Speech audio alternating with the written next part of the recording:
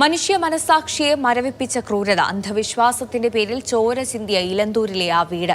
2 സ്ത്രീകളുടെ ആയുസ്സറ്റ ആ മുറ്റത്ത് നിന്ന് തെളിവുകൾ ഓരോന്നായി പുറത്തു വന്നപ്പോൾ കേരളം ഞെട്ടിവിറച്ചു. ആധുനിക കേരളം കേട്ടതിൽ വെച്ച് ഏറ്റവും ഭീകരമായ ആ നരബലി കേസ് ഒടുവിൽ നീതിപീഠത്തിന് മുന്നിലേക്ക് എത്തുകയാണ്. 2022 സെപ്റ്റംബർ 27 ലോട്ടറി കച്ചവടക്കാരിയായ പത്മ എന്ന സ്ത്രീയെ കാണാനില്ല എന്ന കുടുംബത്തിന്റെ പരാതിയാണ് കേരളത്തെ നടക്കിയ ഇരട്ട ദുർമന്ത്രവാദ കൊലപാതകത്തിന്റെ ചുരുൾ അഴിയുന്നത്.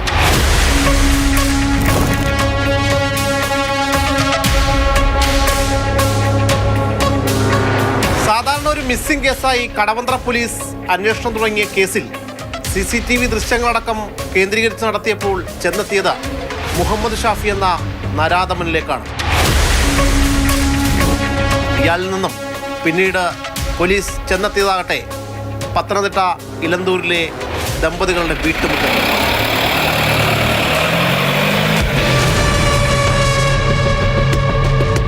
അവിടെ നടത്തിയ പരിശോധനയിലാണ് 2 സ്ത്രീകളുടെ മൃതദേഹ അവശിഷ്ടങ്ങൾ പോലീസിന് ലഭ്യമാകുന്നത്. മൃതദേഹാവശിഷ്ടങ്ങളിൽ ഒന്ന് പത്മയുടേതെന്ന് കടവന്ത്ര പോലീസ് സ്ഥിരീകരിച്ചു. മറ്റൊന്ന് പിന്നെ ആരുടേത്?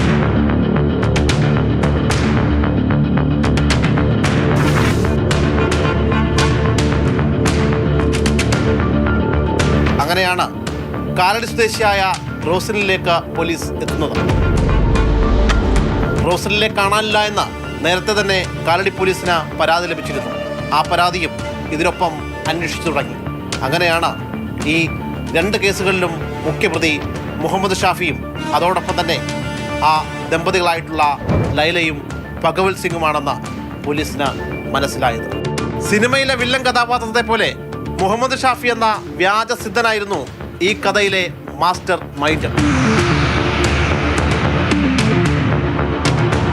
ഐശ്വര്യവും സമ്പത്തും എളുപ്പം കിട്ടാൻ മനുഷ്യ നരബലിയായിരുന്നു മുഹമ്മദ് ഷാഫി ദമ്പതികളുടെ മുന്നിലേക്ക് വെച്ച പ്രധാനപ്പെട്ട കാര്യം.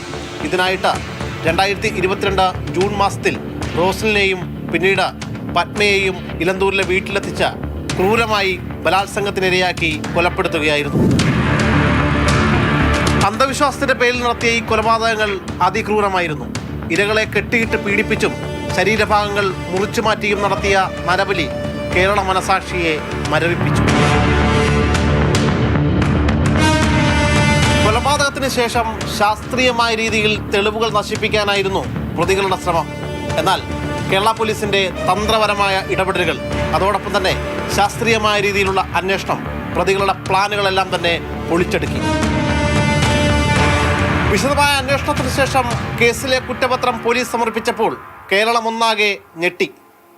പ്രതികൾ ക്രൂരമായി നടത്തിയ കൊലപാതകത്തിന് ശേഷം പിന്നീടുണ്ടായിരുന്നതായിരുന്നു വളരെയേറെ മനസാക്ഷിയെപ്പോലും മരവിപ്പിക്കുന്ന രീതിയിൽ നമുക്ക് അറിയേണ്ടി വന്നത്.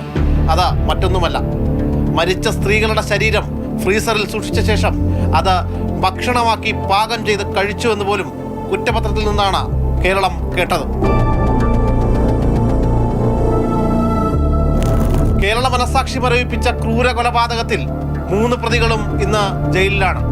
മുഹമ്മദ് ഷാഫി, ലൈല, ഭഗവത് Singh.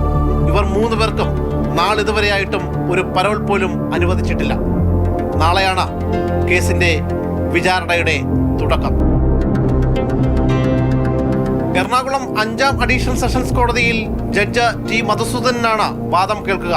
സർക്കാരിനായി special public prosecutor Ajakumar ഹാജരാകും.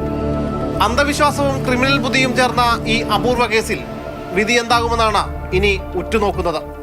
Shyamaprasad Uthaman, Mathrubhumi news, Kochi.